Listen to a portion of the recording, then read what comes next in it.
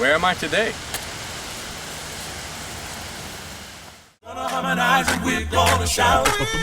Gonna sing, yeah. Gonna tell you what good living's about. I'm gonna tell you.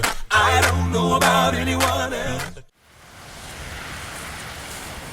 So today, I'm here by this pond and there's all these reeds. Now, the reeds are an interesting thing to me. I remember as a kid, I always used to be interested in them because I knew that there would be fish near and around them. So I always used to like to fish there because they had cover and protection for the fish. But there's also something interesting I learned about them recently. You can actually make wicker baskets out of them. You weave them together and you make a basket out of it. And that reminded me of a story. There's a story in the book of Exodus that you probably all know. Chapters 1 and 2, we hear about a Pharaoh that arises who forgot about Joseph.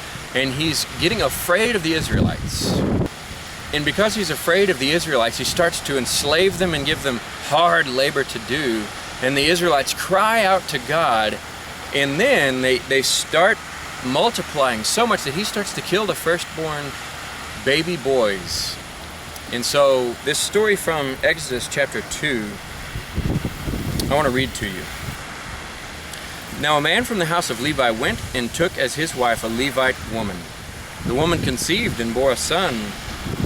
And when she saw that he was a fine child, she hid him for 3 months. When she could hide him no longer, she took for him a basket made of bulrushes, or reeds. Daubed it with bitumen and pitch. She put the child in it and placed it among the reeds. She placed it among the reeds by the riverbank, and his sister stood at a distance to know what would be done to him.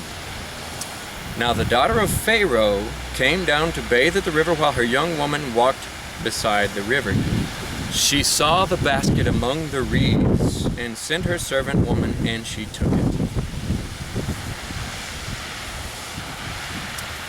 Now you recognize that story, I'm sure, as the birth of Moses.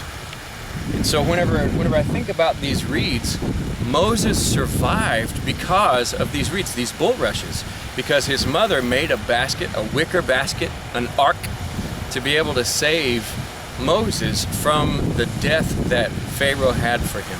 And so he was saved because of those bulrushes, those reeds. So the next time you see a pond or a river or a lake and it has reeds, I want you to remember the story of Moses and how something so simple allowed for the deliverance of Moses and therefore the Israelites because of God's provision.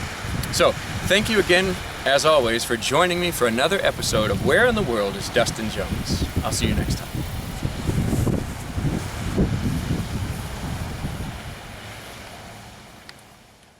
Gonna tell you what good living's about. We're gonna sing, we're gonna shout, we're gonna sing. Let's sing, Gonna sing. let's sing. Yeah.